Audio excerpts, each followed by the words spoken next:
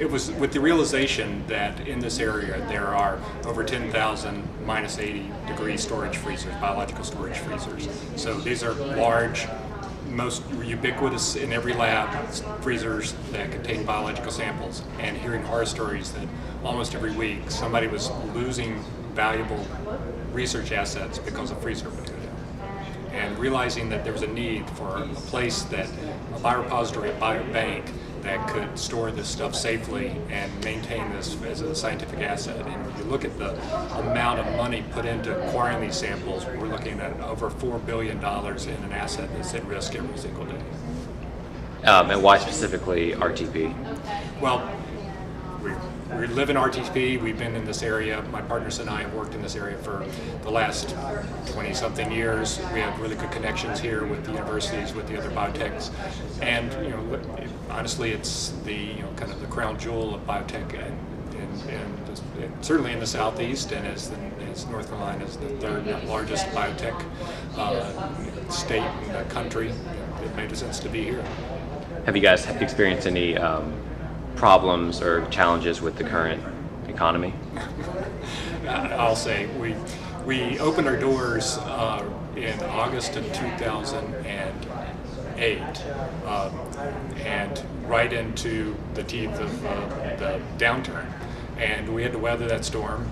And as we came out of that, as economic conditions improved, people were still reluctant to make major decisions, because this required a bit of an educational sell, and that you had to assure people that we knew what we were doing, that this was the right thing to do, to outsource this is something that was not typically outsourced before.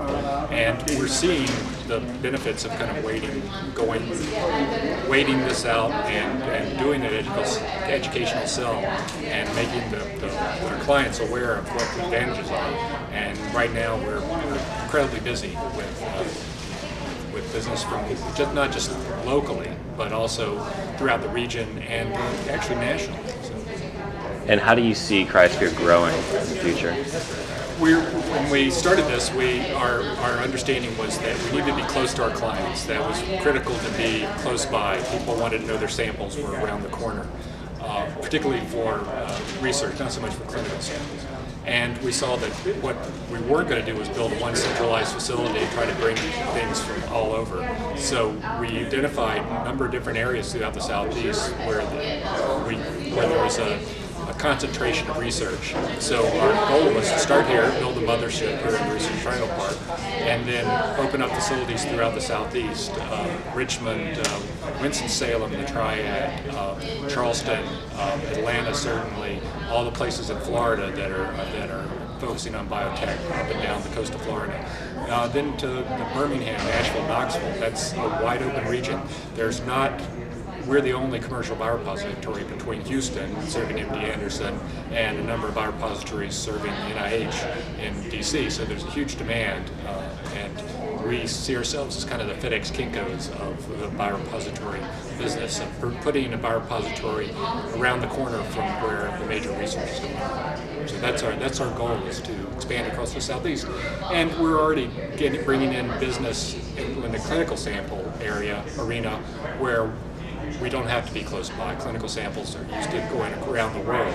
So we're receiving business nationally, and we're soon to announce a partnership with an EU company to expand our presence in the EU, which is demanded by some of our multinational clients, that we need an EU presence, and also a presence in India too.